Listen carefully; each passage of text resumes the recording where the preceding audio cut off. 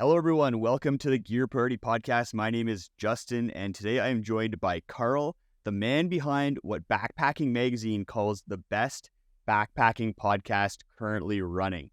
We both recently got back from the Outdoor Retailer Show where we got to see a bunch of gear that brands are announcing for next year, as well as a bunch of gear brands we have never heard of. Today, we're going to go over some gear trends we saw at OR, and then what pieces of gear we are most excited about. Welcome, Carl. For people who may not be familiar with the best backpacking podcast currently running, who are you? Who am I?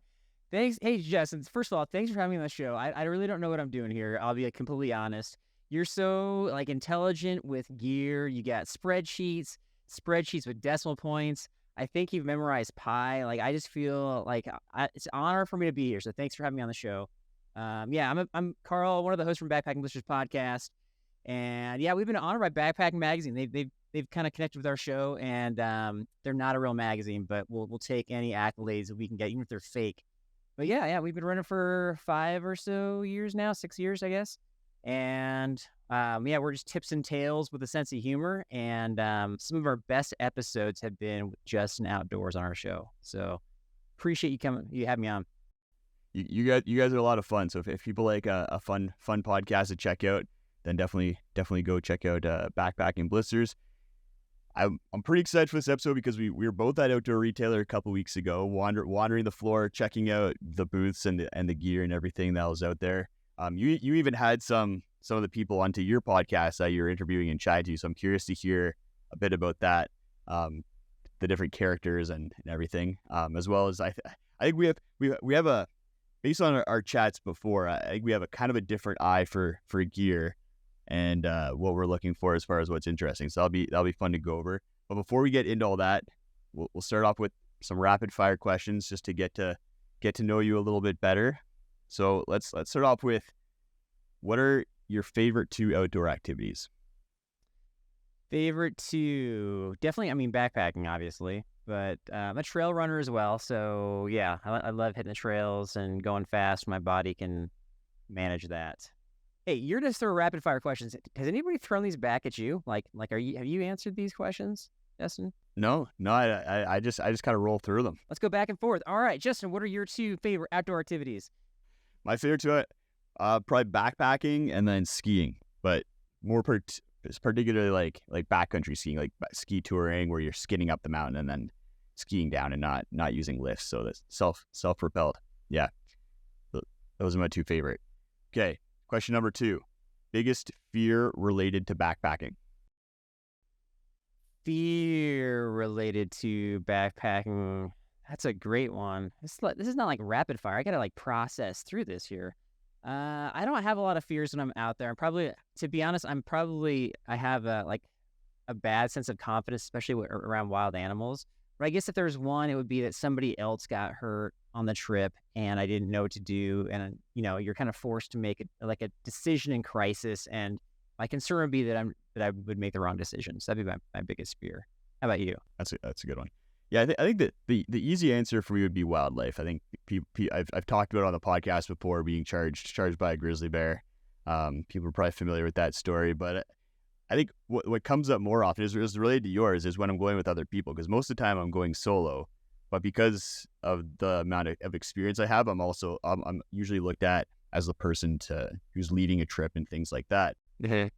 But I'm not as experienced with kind of seeing what someone's capabilities are and then matching the trip to them. So it's something that I'm constantly working on. But one of my fears is taking someone past their abilities and putting them into a situation that they're really uncomfortable in, then they have a bad time and then maybe aren't as into backpacking. Because one of my favorite things is getting people backpacking and having fun backpacking. That's the whole point is people being more confident and comfortable in their outdoor adventures. So it's right. That's my biggest fear is doing something that would counter that. That's tough because I've learned just from having the podcast, we've taken some groups out backpacking, quite a few groups.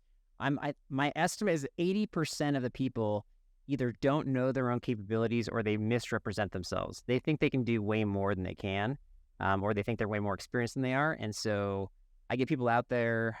We had somebody who's 13 miles. I've done this trail before. I can do this 13-mile trail up in Grand Teton National Park. and by mile 7 it was like complete stop. So yeah, that's a tough one for sure. Yeah. All right, number 3. What's your go-to backpack?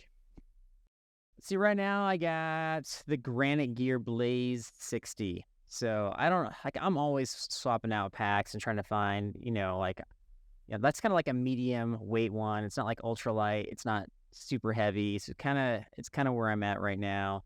If I'm trying, I have like an old Go Light pack, and I'll use that for kind of if I'm going like really lightweight, but it's not as comfortable. So, Okay. Okay, you got a trip coming up here at the end of July. What are you bringing on that trip? Yeah, trip with you and 8 other guys. I think I'm not exactly sure what I'm going to bring on that trip yet, but I'm going to go one of 2 ways. I'm either going to go extremely heavy for weight, and I have a Kelty pack that's rated to 70 pounds, so I might load that up with like 50, 60 pounds and try to just keep up with everyone. Wait, what? Wait. Why are you doing that? Why would you do that? Just for fun. Like for exercise, like this trip's easy, so I'm just gonna kind of get the extra calories burned. I've never carried over 40 pounds over 40 pounds probably during the like 3-season backpacking. Okay. And never over 50 pounds. So I just want to kind of put myself into the shoes of someone who might be carrying that much weight, because I know that's a common weight for some people I know who are going on their first trip. They're packing a lot of stuff. So just want to be able to relate to that experience. That is interesting. We got a guy on our trip who he's been backpacking forever, and he has a problem where he just chucks stuff in his pack. But he's getting older now, so I told him straight up. I said, if your pack is stinking over 50 pounds at the trailhead, I'm gonna start yanking things out of your pack. So he's been warned, but I can't do that with you because it's our first trip together. Yeah, it's true. Yeah, and it'll be on purpose. I'll just be chugging along. I've been doing my running, so hopefully it won't be a problem from a fitness standpoint. Yeah, running and carrying 50 pounds, the same. Same thing. Yeah. Last one. This is going into the stats for the podcast. Okay. Toilet paper, bidet, or doing the Lloyd from Garage Room Gear method and using rocks and sticks. I'm a toilet paper person, and I've done the bidet. I've done like sticks and rocks are weird. I've done like, you find the right plants to use, and I've definitely done that too. But I know you've got like a pretty strong opinion on the bathroom stuff, and you've got your own setup. I don't know that I want you to answer this question because is this gonna get gross on us? Yeah, probably. Okay. All right. Go for it. What you got? Bidet for sure. And then yeah, and I think I'm gonna reiterate it because a lot of people just think you spray water at butthole, but you got to get in there with the other hand with soap and water, clean things up, wash your hands after, then use some hand sanitizer. Everything's nice and clean and really reduces the chafing. That's the biggest thing, the chafing and just feeling like generally gross due to having like poo smeared on your butt. Like that's, yeah. Fair enough. 5 days of smear definitely adds up. Okay. All right, I'm gonna leave it at that. All right, let's jump into talking about outdoor retail. Let's move on from I could talk about poop all day. So let's jump into the topic of the podcast, what people are here for. I think you've been to a few outdoor retailer shows, right? How many have you been to? So I've been to 3, and I've been to 3 summer ones and 1 winter one, I guess. They call it like the snow show. Actually, Tayson from Outdoor Vitals was one. He's like, he used to be in Denver. He's like, you should go to this. Like, why aren't you going to this? It's just up the road from you. And so I was like, I don't know. And so that's kind of how it started to, I guess, yeah, check it out. Okay, nice. And for the people who don't know what outdoor retailer is, it's probably not something that most people out there are familiar with. Can you just give us a rundown on what the show is? It's a lot, but maybe just from your perspective. Well, I'll share mine. I'm curious if you have a different perspective. I just feel like it's just a big networking show. It's not open to the public, and it's just simply a bunch of companies that are there like presenting at booths. But then there's also, people that are there that are just kind of walking the show. There's people that are trying to sell products. There's people that are trying to get their product licensed by these companies. So they'll actually bring products and kind of show them what they've got. And then there's obviously media there. such as yourself, trying to kind of get info on what's coming out. And then it's just like a big networking show. It's, companies that are looking for, sourcing new materials. There's collaborations. There's like, I don't know, like everything is going on all at once. And so you walk up to a booth and people have to identify like who you are and kind of what your motivation is. That's kind of my take on it. What's your take on it? Yeah, and whether they care about you. Like, there's definitely some people who are there in order to only talk to retailers, in order to have retailers make purchase orders for their whatever product that they have at their booth. Mm-hmm. And then there's this entire, I don't know if you went to the entire other section, because we were hanging out mostly where it was like manufacturers up here who had like products and things that you would see in like REI and places like that. There's an entire other section that was like zippers and buckles and materials, and all these different like components that then the manufacturers will go and purchase or to put into like a pack or a tent or something like that. Did you head over into that section at all? We do, but I don't really know what I'm doing over there. Like, I'll look at different materials and things, but I'm not like, I don't know. It was an interesting spot. I have some thoughts on it a little bit later, for some of our future topics, but yeah, that was an interesting spot. And I think you kind of nailed it. It's a networking thing that's trying to do a lot, and I think for us and our perspective, it's probably the coolest thing I think is seeing kind of the new gears as well as meeting people. This is the first time you and I met in person, and it was a lot of fun. Same with Steven from My Life Outdoors. He was there. Lloyd from Garage Run Gear. So it was kind of cool to kind of meet everyone in person for the first time and chat with some of these brands face to face as well. So that was a fun part for me. Yeah, and it was my first time actually seeing some like big time YouTubers there, such as the you and Steven. Like, I had just kind of walking the show before. I hadn't run into anybody before, so yeah, I'm really curious. It sounds like you had a pretty positive experience, so I'm excited to hear what you have to say. Is this something you would go back to? I think so. Yeah, it was good. I'd like to see more brands, bigger brands there. Like we had some really interesting brands, but we were missing some of like the bigger brands like REI, Osprey, Patagonia, most of them. So but it was interesting to see like some of the smaller brands that were at the show as well. So I think it'd be more worthwhile to go if the bigger brands were there. I think everyone's missing out by them not being there. So hopefully that can get figured out down the road. And I think more coverage from like YouTube and stuff like that would be great to see, because I love seeing, like, I would always search before coming to the show. I'd always search after the show, like outdoor retailer, like gear announcements. And usually it was like 3 websites max that had coverage on the show as far as like what their favorite gear was. And most of the time it wasn't backpacking specifics. You'd have like Gear Junkie talking about like a bunch of overlanding gear and like rooftop tents and 50 million amp power battery banks and stuff like that. A lot of batteries for sure. So yeah, it'd be nice. I think it's good to kind of have these conversations, and hopefully outdoor retailer sees the benefit of people like us going to the show and maybe can make it a little bit easier for media to cover it down the road.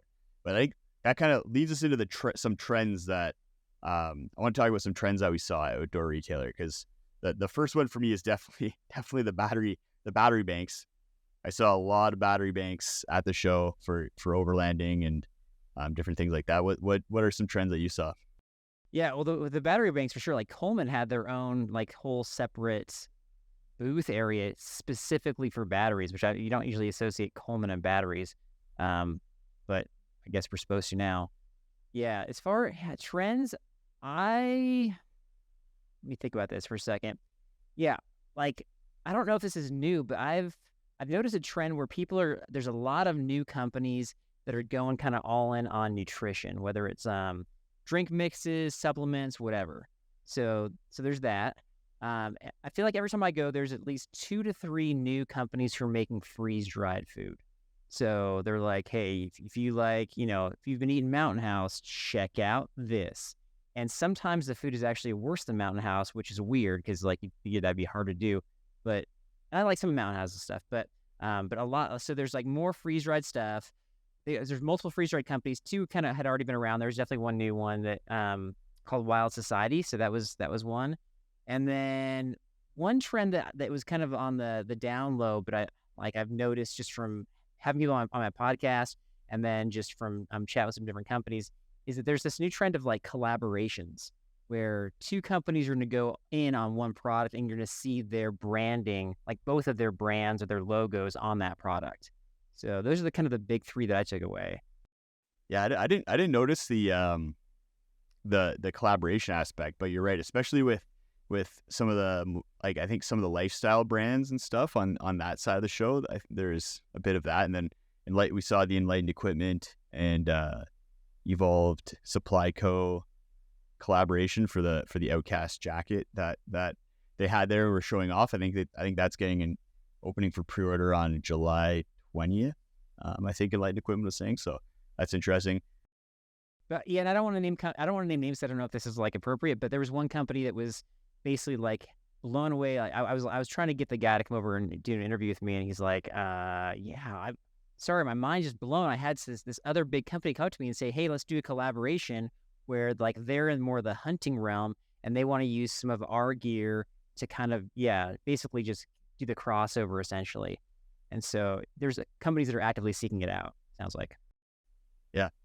I feel free to name names as long as it's not, as long as I guess they didn't tell you like, hey, don't. Well, it's not certain yet, and we're working with this company, so I don't want to burn my bridge there. So I'll just leave it at that. Were there any companies that you went up and talked to, and they're like we'll talk about this with you, but like you got to keep it on the hush hush. Like this is because there's a lot of announcements and people talking about gear that's coming out like in next year, or even further down the road.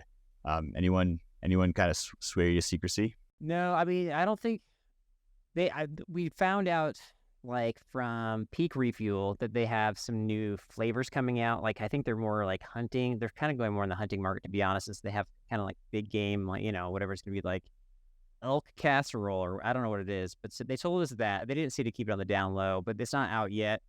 And then they said that they're coming. I think they said they're coming out with a new flavor in August, but they wouldn't tell us what it was. And then Jetboil was like, we have something coming out. And I was like, great. Like what, like, can you give us like a category? Is it a stove? Shocker. But they wouldn't tell me that. Like, did you get some secrets? Jetboil wouldn't even talk to me. I went up and stood outside stood by their booth and like tried to make eye contact with someone. And like, they're just ignoring. I don't know what they're like. They talked to Steven from My Life Outdoors, but he's a bit of a bigger deal than I'm. That was actually a trend that I encountered. Was Steve and I would walk up to someone, they'd be like, oh, hey, Steven, how's it going? Love your channel. And I'd just be like kind of standing there. One guy was even like, I watch a ton of YouTube and your channel is one of my favorite. I'm like, you watch a ton of YouTube and you don't even recognize me. That cuts deep. I know. Although, yeah, but he does have a bigger beard, so he kind of pops more. Maybe grow like a belly length beard, and he'll have a more recognizable face. By next year I'll have the My Life Outdoors beard. That's right.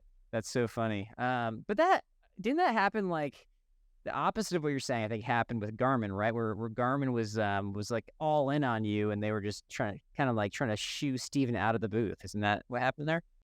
Yeah, Garmin and I, we have a good relationship, and then, but I think part of it was Steven walked up to the booth and he's like, kind of just opened up with, I don't wear a watch and I don't like watches, and I hate your company. Yeah, so I think they're kind of like, oh, okay, like, probably not worth talking to you. Right. I had a different experience with Garmin. This will go later on in the discussion, but I had a very different experience with Garmin than both of you guys, to be honest. So. Nice. Curious to hear about that. I think there's one other trend I wanted to mention on my side where it was brands bringing reps who did not know about their product in depth. And I don't know if this is like just because it's hard to kind of memorize all the information, or they're just not bringing the right information to the show. But like I get pretty technical with gear, and I like to get into the nitty gritty, but like I'd go up to someone and be like, do you know what the stack height of this shoe is, or like what the material of the midsole, and questions like that, or like what's how like thick is the titanium on your mug. And like what I was saying was pretty basic questions. If you're making a titanium mug, you should probably know how thick the titanium is. But like a lot of companies just like not really knowing about their product, which is kind of interesting to see. Yeah, and I think, well, it depends on which companies you're talking about, but there's definitely some people they're there for different purposes, and so they'll have, I think I was asking about jackets last year, and I was like, they had kind of more like the around town or the sporty looking jackets, but they had one model that was specific to backpacking, like a waterproof jacket. And so I was like, hey, tell me about this. Tell me about all your specs. And they're like, I don't, let me bring over this other guy. And then this other person knew everything. So I think it's all about who you talk to.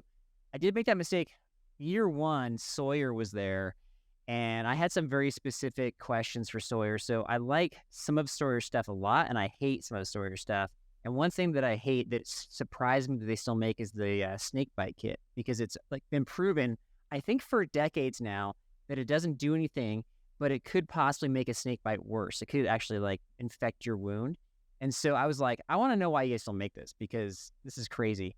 And so I was trying to find, I was like, hey, would somebody be willing to interview? And they're like, hey, well, let's just send this like kind of fresh new person to her company to go talk about this. And she was so nice. And I was like, I can't sit here and challenge her when she doesn't really know what she's talking about. So I just learned early on that if you're talking to the wrong person, you have to find the right person to talk to, and maybe even identify yourself. Sometimes they don't really know what your motivation or what your purpose is too. So I don't know. It's kind of a learning curve. At least that's what I experienced. Yeah, that's definitely something that kind of I had that realization over the course of the show. Like went from just being like, hey, I'd walk into the booth, hey, like tell me about your product, and kind of transition to, hey, I have a YouTube channel about hiking and backpacking. I have some technical questions about your product.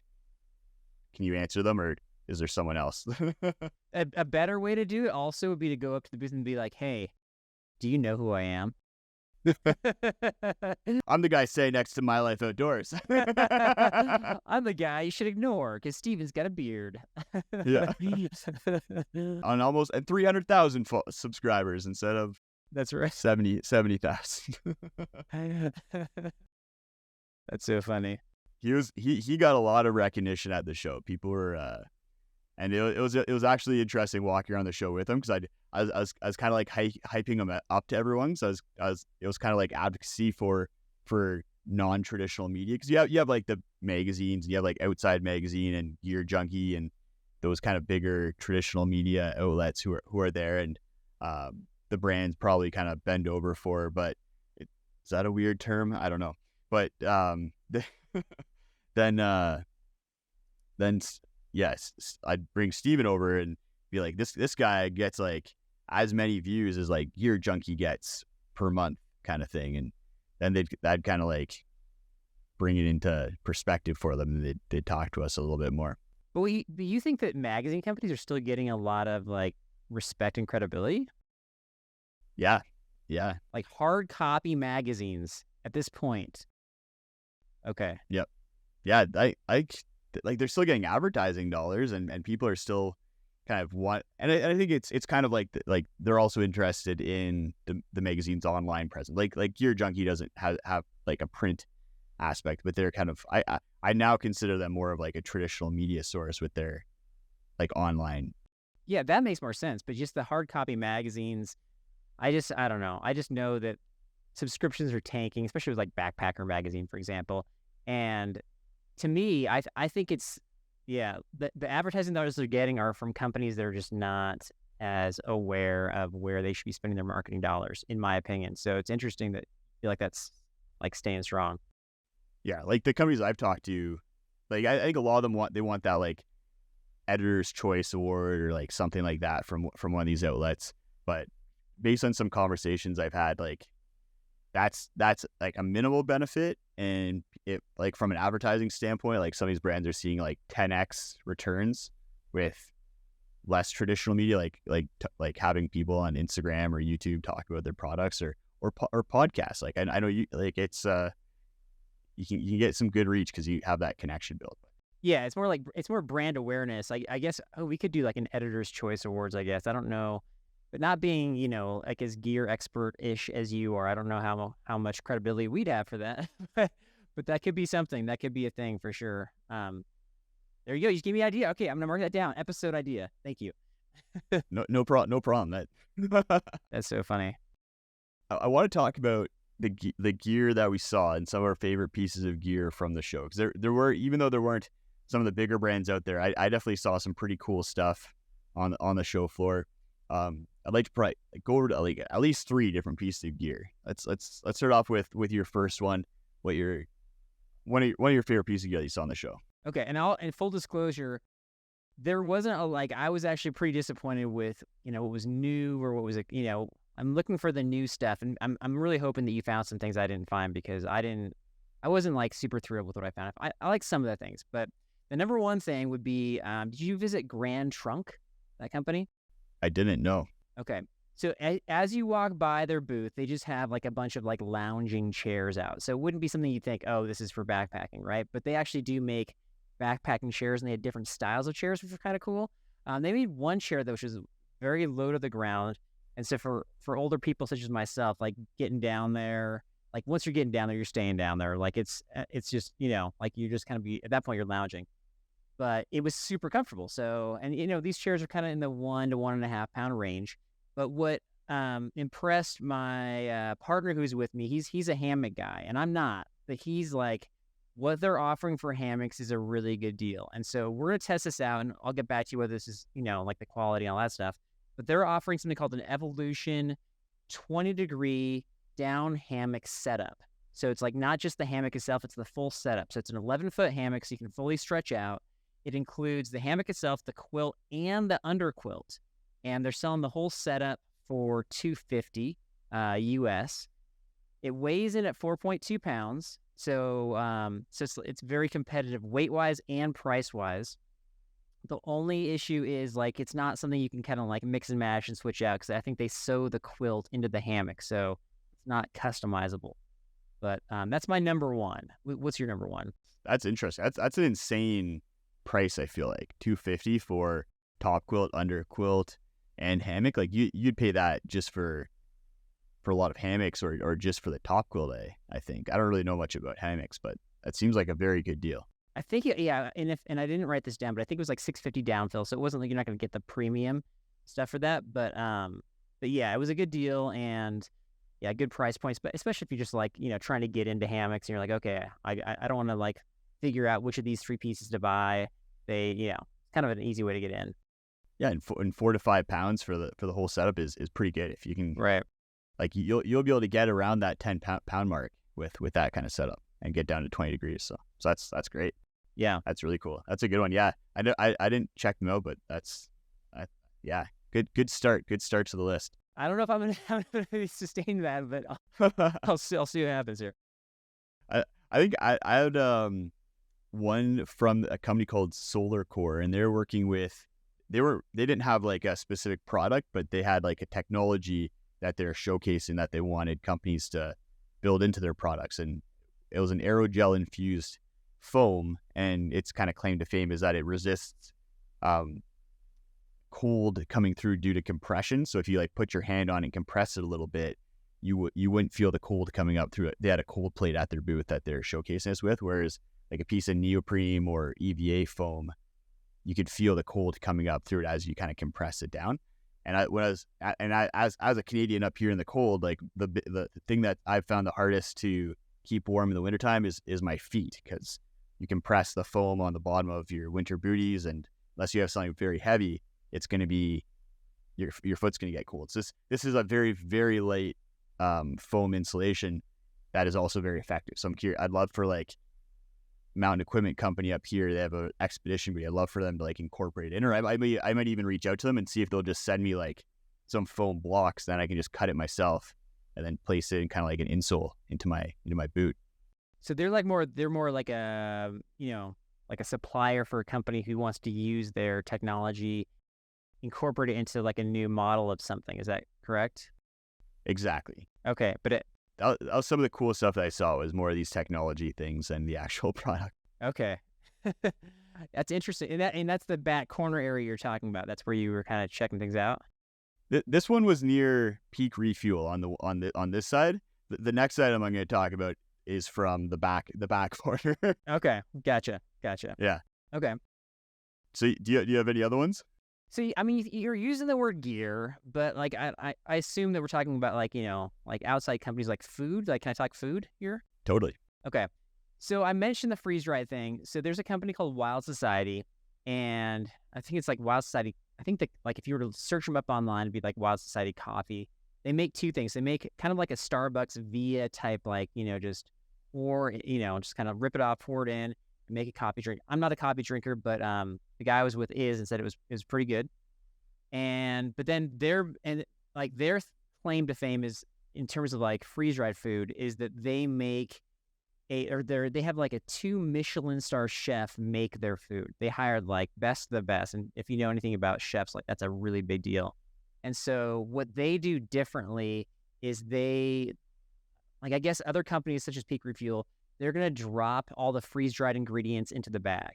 And so the ingredients don't like go together until you pour your hot water in the bag. And that's when kind of like all the flavors go together and it makes whatever the meal is. They freeze dried the meal after it's been cooked together. And so you have the chef and you have like a different style of cooking it.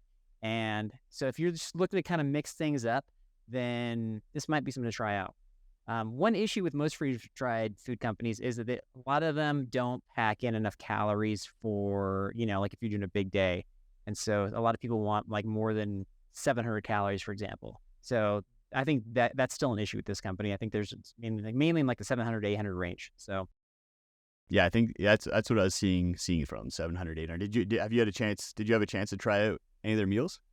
So I tried, like they had like a beef stroganoff, which is like not my favorite. Yeah. So I don't know that I'm the best taste tester for this. So we tried that out. They gave me a sample and I brought it on a recent backpacking trip. And it was good. It would definitely taste different than your typical beef stroganoffs. It tasted more like real food to me. But I'm just not a beef stroganoff guy. I don't know. Did you test anything out? Yeah, they sent me home with a couple of different ones. The steak fajita and then chicken vodka one, like pasta alla vodka. Yeah, and I tried with the fajita one, and it was okay. Like I could have used a little bit more flavor, like more kick to it. Steven also had one that he tried on the trip we went on right after Outdoor Retailer, and he said that it was pretty good. So I'm curious to try out their other one. My favorite thing about them was their packaging was very compact. Like you have other brands where you have a ton of air and there's just excess packaging. It seems all over the place. I like that their packaging was like a medium sized freezer bag, and there's like no excess air, so it was very compact that you could package it really easily and not have a bunch of extra packaging everywhere. Okay. Yeah. But if you're talking like this food is just okay with a 2 Michelin star chef, I don't know. There's got to be something in the process going on. So yeah, maybe they're still refining it.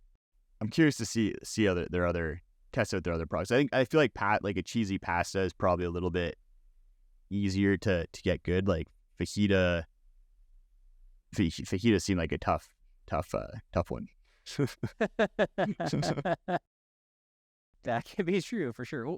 What's your all-time favorite freeze-dried food meal?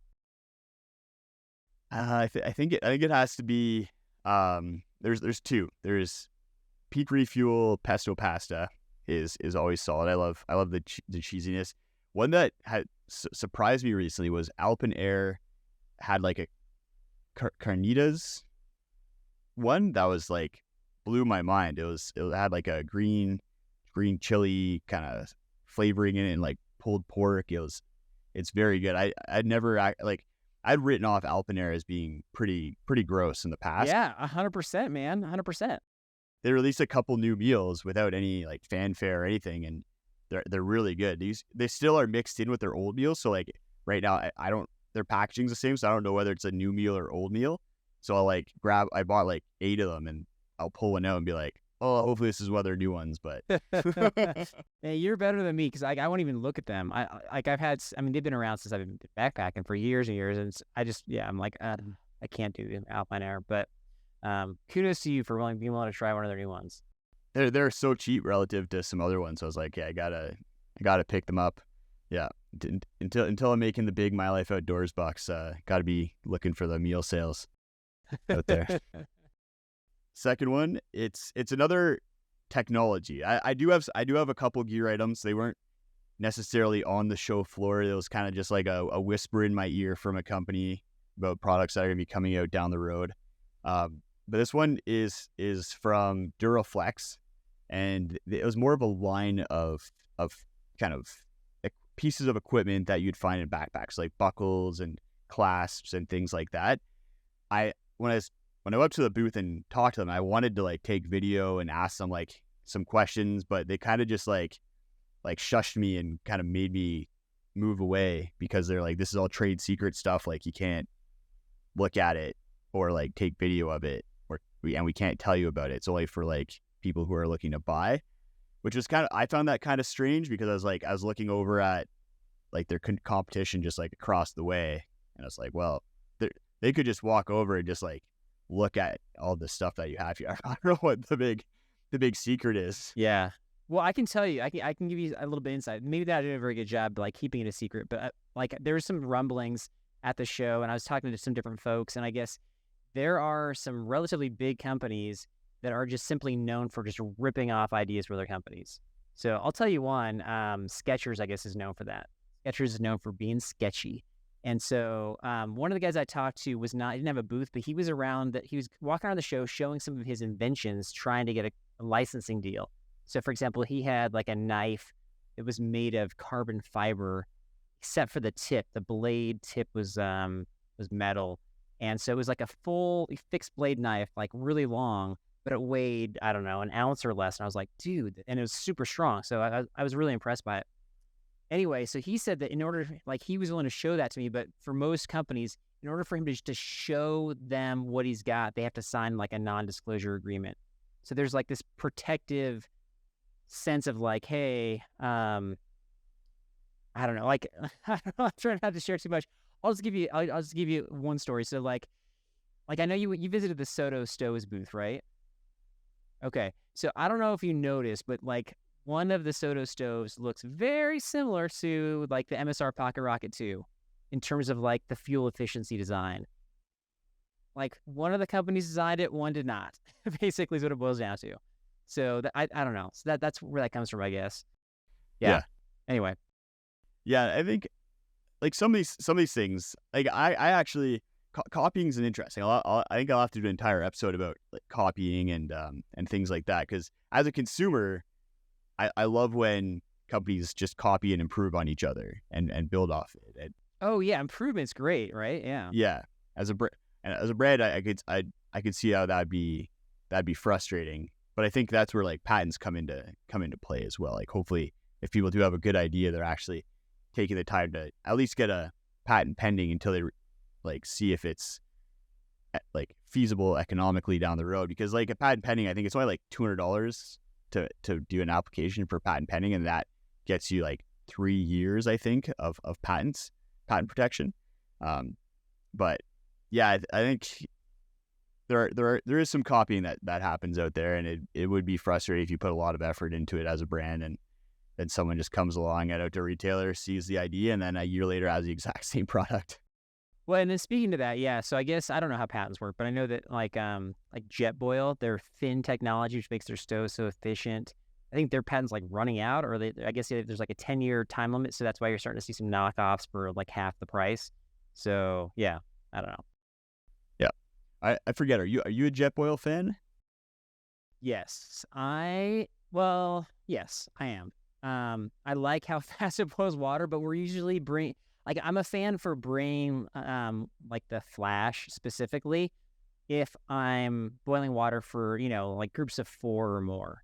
I think you're going to be saving a lot of weight and fuel efficiency in the long run. Now, if I'm by myself or with another person, I feel like it's not the best option. So, are you a Jetboil fan? No. Okay. I'm not. I think part of it's the weight and the overall like weight of the system. I think the other thing is I've used the MSR Windburner side by side with the Jetboil, and while the Windburner looks very similar, it has a different heating element that also uses radiative heat as well as like the flame heat, and I find it just works a lot better. It boils faster and then works better in wind compared to the Jetboil system, which kind of just has like a traditional burner underneath the stove and then the fins and everything like that. So it's kind of like I find the wind burner to be like a next level technology for, I think it's less priced than the Jetboil flat. Okay, I don't think I've used that one, so I have to check that one out. Okay. Yeah, check it out. I'd be interested to hear your thoughts as like you can use mine on the trip in a couple weeks if you want. Test it out. Do a side by side. Ooh, that means I have to trust like I have to trust you to bring the stove and remember to bring the stove. I think you're pretty trustworthy. Okay, I'm pretty trustworthy. Okay. I've run into issues where like, oh, did you bring such and such like it says to bring on the gear list? Oh, ooh, no. Like, all right, well, that's a problem. Anyway, so yeah, we'll talk. We'll talk about that. That'd be cool. Yeah, I'm not the one you need to worry about that. You can ask my wife. I'm the one that like is checking the list, double checking the list, and bringing all the things that are needed. Yeah, I just haven't gone with you, and to be honest, like the guys I go with, there's like at least half of them are typically irresponsible and they're forgetting something. So I mean, like my good buddy that I've gone with, there was one trip where he's like, "Ooh, I forgot my spoon," and then I was like, "All right, like I'll eat first. You can use my spoon because I don't know. I probably should have said no." And then like the very next trip, he's like, "Ooh, I forgot my spoon again." I was like, "Dude, how do you miss 2 trips in a row?" It was literally weeks apart. And so, and what I learned from that, honestly, is that people really don't forget their spoons. They just put it in a weird spot, and it's like a small item. They misplace it. So. Oh, okay. So it's in their pack. It's just not. They just don't know where it is. Because it was like the next trip. Like I brought my son, and he's young, and he's like, I'm like, I know you packed your spoon. Like I helped you pack your backpack, so we just had to find it. Yeah. I use like I think I mentioned on the podcast before, but I'm developing website packwizard.com, which is kind of like a lighter pack, and it has a pack creation tool. But something we added in was you can convert it to a checklist, any of your pack lists. So then, as you're packing, you can just go through and like check off the boxes, or you can print it off and bring it with you to double check. And I use that a lot. I have like a generic one. I'll post a link in the show notes. That just if people want to check that, you can use the same one. It's just like spoon, like tents. What else do I bring back? Eating utensil, yeah, and everything else. I did check that out. Yeah, I don't think it has everything that I would put on my gear list though. So I think that because I don't know, for our podcast we do like a trivia at the end of each show, and we have like a punishment by the time the trip rolls around. So for example, my buddy Derek, my co-host, he's got to bring garbage pail kids. So that's probably not on Pack Wizards. It's not, but you can duplicate other people's lists. You could duplicate mine and then just add your own stuff onto it. But it won't tell me the weight of like a package of those, right? No, probably not. Or like a potato, and you have to add like the custom weight of whatever rock you put in there. Fair enough. I think that have you guys done a baked potato punishment where someone has to carry and make baked potatoes for everyone? No, that's a good one though. Because that's like a double punishment. You have to carry the potatoes in, then you have to spend like 3 hours. Yeah, with a campfire. Right. That's a really good one. And you get the aluminum foil and all that stuff. Yeah, okay. I like that one. All right, I'll check in with you before we do punishments for trivia again. That's almost torture. I don't know if that's taking it too far at that point. We've done some ridiculous things like that, so yeah, for sure. Before I jump into the secret ones, what do you have another one for me? Let's see. Yeah, so there's like smaller companies. I wasn't I don't know. I'll kind of throw them off real fast. I had like pickle juice was one that's like it's like a 5-hour energy shot where it's just supposed to prevent cramps or like actually like cure your cramps if you have muscle cramps out on the trail, which I actually struggle with. Not always backpacking, more with the running. So that's something I'm trying out. Wool Aid makes these Band-Aids that are essentially made of wool. And I think that could be a solution for blisters where you want something that's breathable and can kind of slide around your foot that's, kind of just is different than like your moleskin. But one thing that we tried out on our recent trip, which actually worked, and I was surprised it worked, is there's a company called Lemongrass, which makes an all-natural bug spray with essential oils. And we had mosquitoes on our last trip, and then we had another, like one of my buddies that went to the show tried it out on one of his trips where there's a lot of mosquitoes, and it actually worked. So, yeah. Those are kind of smaller companies, not really gear necessarily, but just companies that like had things that I was interested in. That's cool. Yeah, there's a lot. I think like maybe I'll run through some of the new gear that I thought that didn't really like stand out in a huge way, but is coming down the pipe if people are interested. Like Soto's coming out with the new like super ultralight stove set that's made with 2mm titanium. So Soto had an interesting thing that I'm not allowed to talk about, but they have some cool stuff coming down the pipe. There is Flextail has like a portable ice machine. I don't know if you saw. I went to Flextail. Yeah. I didn't see the ice machine. They kind of like.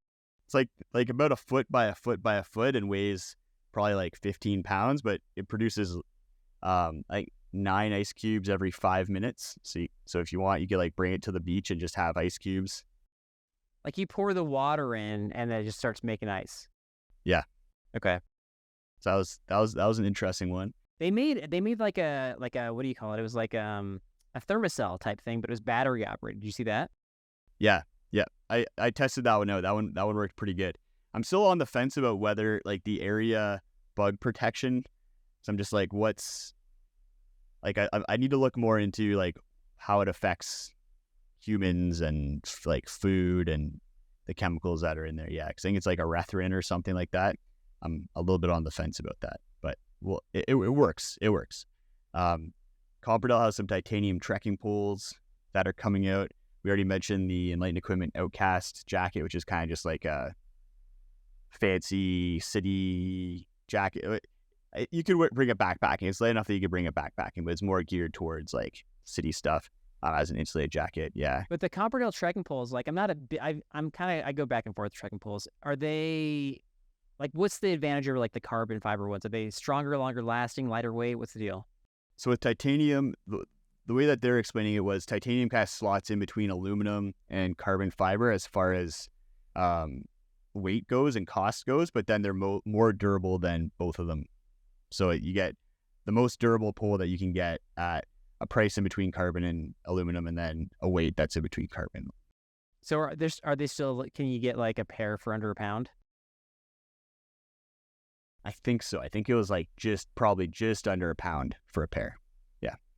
So it was pretty good. They're interesting. I think the durability aspect for some people will be pretty useful. I know some people who are, especially like if you're on the heavier end of the spectrum, like you can bust up trekking poles like pretty quickly. So titanium ones might be a good solution there. And then the ones that I heard about were from probably the most interesting ones I heard about were from Nemo, and I think one of them I've talked about on my YouTube channel before, and that's the Nemo Tensor Extreme, an 8.5 R value sleeping pad that Nemo is releasing in the fall of 2023. That's really exciting. That's going to be like warm on paper, warmer than X-Therm, and then hopefully more comfortable with the Nemo baffling pattern that they have there. That's going to be a really exciting one. I don't think no one out there that I've tested is kind of keeping up with the X-Therm as far as warmth goes. So is that going to be like 6 pounds? Like what's that added weight for that? It's going to be the same weight as the X-Therm. I think the weight for the regular wide is 590 grams. So that's about a pound, a little over a pound. So yeah, pretty lightweight. And then the other one that they're releasing, and I think this one's I'm almost more excited about just because there's not a lot of competition in this space, and they're coming out with a lighter weight chair. So we have the REI Flex Light Air and the Helinox Chair Zero, both around that pound mark. They're coming out with the Moonlight Elite chair, which is also going to be around that 1 pound mark. But then you also get the kind of lounging feature that their Moonlight chairs have. So you can they have like little ratchets on the side, and you can loosen them off, lounge way back, tighten them up, and then kind of pull yourself forward if you're like cooking or want some more back support and sitting more upright. So I'm pretty excited for that one. That one is more competition in the chair realm, I think, is always a good thing.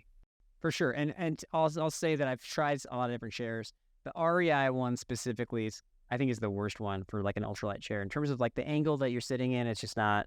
Yeah, I wouldn't buy that one again. That's what I found too. For me, the REI Flex Light Air. Yeah, not the most comfortable. It does the job though, and it's by far the most affordable. I think it's probably going to still be like half the price because you can get it on sale a little bit more easily than these other ones. So I think it's like ends up being about half the price, if not less, than a Chair Zero or what the Moonlight Elite's probably going to cost. Right. That being said, if you handed it to me and they're like, here's a free chair, Carl, I'd be like, yeah, I'm not bringing this. So sorry. I brought on a few trips and I had people they're like, you're sitting at an odd angle. So I'm a taller guy. I don't know if that's part of the issue, but anyway, yeah, not happening. Yeah. I think I'll be curious to see, because chairs, like gear's getting lighter and lighter. And because of that, a lot more people are bringing chairs because they just have the ability with how light their packs are to bring a couple more luxury items. Mm-hmm. And I get some flack sometimes when I talk, like, because I'm a proponent of like lightweight packs and kind of reducing your weight as much as possible. Then I'll bring a chair and people are like, wait, why are you bringing a chair? Like that's a pound. But like, I feel like chairs are going to start becoming more and more a staple of people's packs, like a pillow at this point. I think pillows are kind of like becoming a staple for most people out there.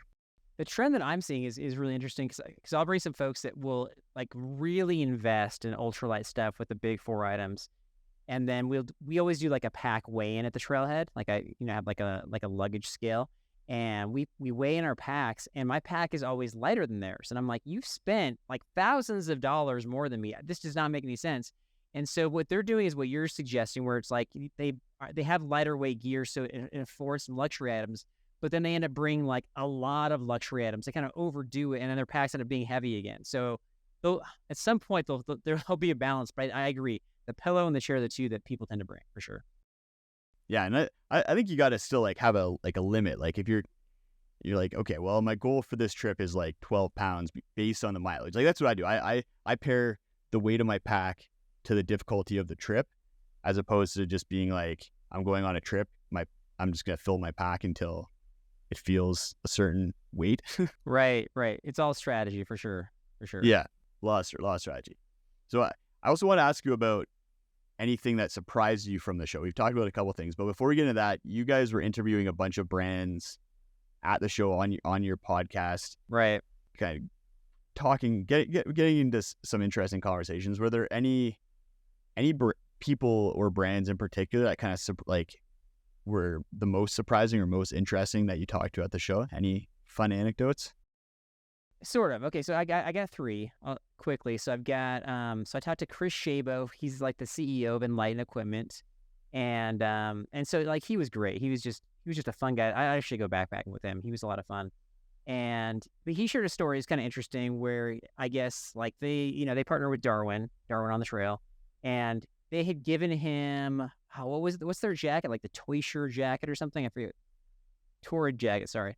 And so he'd worn it for like 5,000 miles on the trail, and it held up. It did really well. And so they kept it as like a memento. And I was like, wait a second. So like did you wash it? He's like, no. It's just like sitting in our back room, and it just like smells of 5,000 miles of body odor, essentially. So that was interesting. I talked so we interviewed Spot, the satellite beacon company. Garmin, I talked to the publicist. He was unwilling to come on our show because he did not want me to ask him about the future of the satellite beacons. The future is obviously that we're not going to use them anymore because everything's going to be on our phone. It's going to be like a battle of the apps.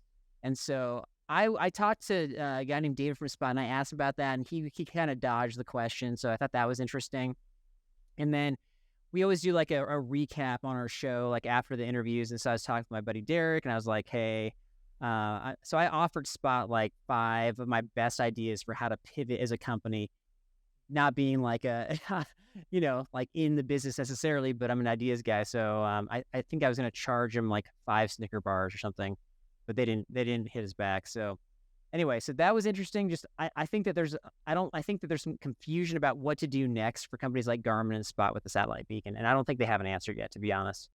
I wonder if they're just kind of like just getting ready to roll over and die in like those aspects of their business. Well, for Garmin, yeah, Garmin will survive, right? They do other things. They have their watches, and they can pair, like if they're able to pair well with the apps, then I think, like, although losing the InReach subscription, like that's a cash cow for them probably. It's probably very little overhead, and like once you get subscriptions, yeah, like they're gonna even in the meantime, like with Motorola coming out with the Defy satellite communication device at like $5 a month versus the like $12 a month that Garmin charges. It's less than half the price, and the device costs $100. So it's No, they're raking us over the coals with their their subscription pricing, and it's just So I think that the moment there's like a viable alternative, people are going to just jump to it because I think people are tired of it, and they get you like, if you don't want to do the annual plan, just for signing up, like you've already purchased a device, you bought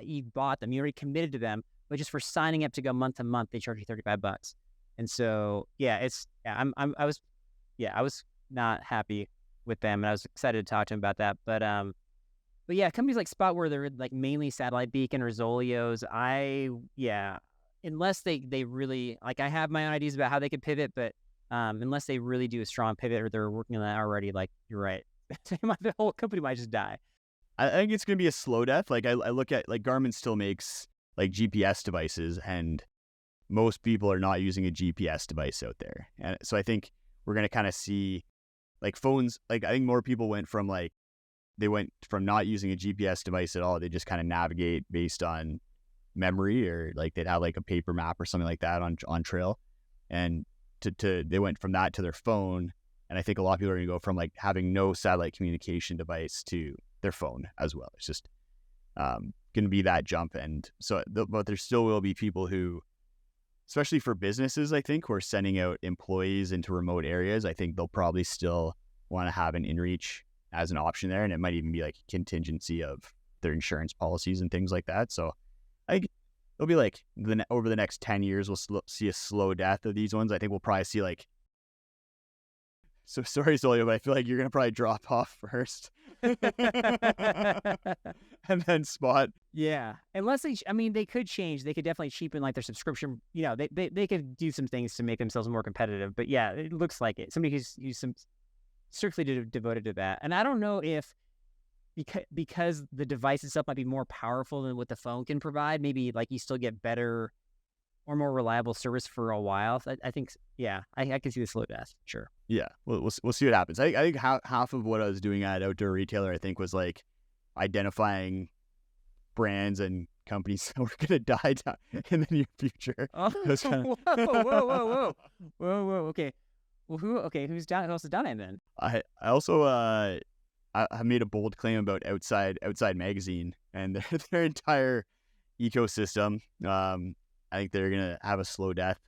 Right. Oh yeah. Who else was out there? But did you tell them that? Were you like, hey, you're from Outside, better look for another job? I didn't see anyone from Outside. So if I did, I'd let them know, like, hey, you should probably get into the YouTube game. Right. That's hilarious. I think just in general, like you're saying, we saw a lot of freeze-dried meals companies, freeze-dried meal companies. Like it kind of seems like, based on we go through like a bunch start up, and then like 50% of them don't make it. And right. I think we'll see the same thing. Like we saw a handful at the show. Probably I'd be surprised if 50% make it over the next like 3 years, kind of thing. It's just such a cutthroat, low margin business. Yeah, there's two that came to the show last year. It was like Trailtopia and some other one that, Trailtopia. I had one of theirs and it wasn't speaking to me. The other one that I tried, they had like little samples out on the table, and I was like, this doesn't have any flavor. Like, this is zero flavor. Like, as if they hadn't added any salt or anything to it. And so, yeah, I agree. I think those companies are going to kind of die off, unfortunately, for them. But it's too bad. More freeze-dried meal companies and options, the better, because I think food is such an individual thing. But I think that's where they run into the problem too. Like, you can't make something that everyone's gonna like necessarily. So you're kind of very niche down. Right. Were there any big surprises for you at the show, other than seeing myself and Steven at the show? That was a surprise. I think you guys could be there. Yeah, I don't know how far into the weeds you want me to get on this. I was surprised by like the lack of innovation. I talked to different companies, even just manufacturers. I saw some innovation for sure, but more like people that, like the guy I was talking to that was trying to license his products. But I was looking for more, and so when there's companies that haven't put out anything new for years and they're still not putting anything out new, like, it surprises me that some of these companies are still around. So, like, I don't want to pick anybody at the show in particular. there's one I'll pick on because I was just they were at the show last year, but this is an example of what I'm talking about. So have you ever used Body Glide? Okay, so I used them early on because they were the only company that made that type of product. And I went and talked to them, and they had like 4 products, and they were like, we have the yellow one and the blue one, and they're basically the same thing. I'm like, you guys have had this for 20 years. Like, you guys have nothing else? And I feel like there's companies that kind of like rest on their laurels, and they're more playing like defense. They're like, we're just going to kind of like do a better job marketing, but we're not actually going to try anything new. And I think that's becoming more common, not just in outdoor industry, but just in like industries in general. And so that's why I'm more looking at these smaller companies to see what new stuff they have, I suppose. Kind of more of a general thing. And then, I don't know. This is like kind of the behind the scenes stuff. I was surprised by companies that don't know how to market, and they were not taking advantage of marketing opportunities with people like yourself or people like myself, where I'm like, this is free advertising. And they were just not wanting to either share product information, or they were not wanting to share just like a little sample. Like there was one nutrition company that had like these little sticks, like a little drink mix. I'm like, oh, I love drink mix. I use it on the show all the time. Like, do you have an extra one of those? Yeah, we can't give that to you. Like that kind of stuff. Like a little stick of drink mix. Come on. Yeah, it's like why are you here? And I think that yeah, and I think it's just lack of knowledge and lack of awareness with that stuff. So yeah, did you have any surprises? I think kind of in line with the innovation thing. I think I definitely noticed that a little bit. Like companies that I've seen the same product for the last like 10 years that they're like showcasing at this show. It's like everyone knows what you're selling and what you are. Like what like it seems kind of like a waste of money. I know one company told me the only reason why they go is just to kind of stay relevant, stay like on people's radar. They like don't really see it as much of a value other than that, which was kind of interesting. Because they are also like, can you share that name or no? Probably not. No. Yeah, they're okay. They're one of the cagier companies that probably wouldn't appreciate it, and they have like they have a UFC fighter that they work with, and they might send him after me to beat me up. So you probably know who I'm talking about now. I don't know you. I don't know. I'm not in the UFC world, so I have no idea. That's funny. But one company that I was surprised about that is innovating that I feel like really has in a long time was Nick Wax. Like for a long time, I feel like Nick Wax has just been putting out the same chemical, same formula for the last like 10 years plus 20 years. And due to I think this was triggered by REI putting out a mandate saying we are not carrying any products that have PFAS in them anymore. So that's just like a chemical that's used a lot in DWR treatment. They're saying they're not, by 2025, they're not carrying any products with that. So Nick Wax came out with a PFAS-free DWR treatment for like industrial use that companies like Patagonia, Arc'teryx, Outdoor Research can use this DWR treatment that is PFAS-free. So they're kind of innovating by necessity, I guess. I think they've just kind of been like, well, we have the best product and it works, so we're not going to innovate. But now that there's a new problem to solve, they innovated. I think that's where I do appreciate, like, I'd love to see companies doing this on their own. Like REI having a mandate that shouldn't be the driver for innovation. Like it should be the companies wanting to do better and innovate on their own. And I know that was the same thing with sleeping pad R values. Like REI and Mountain Equipment Company in Canada here were like, you guys need to create a new R value system and everyone needs to adhere to it, or we're not carrying your sleeping pads anymore.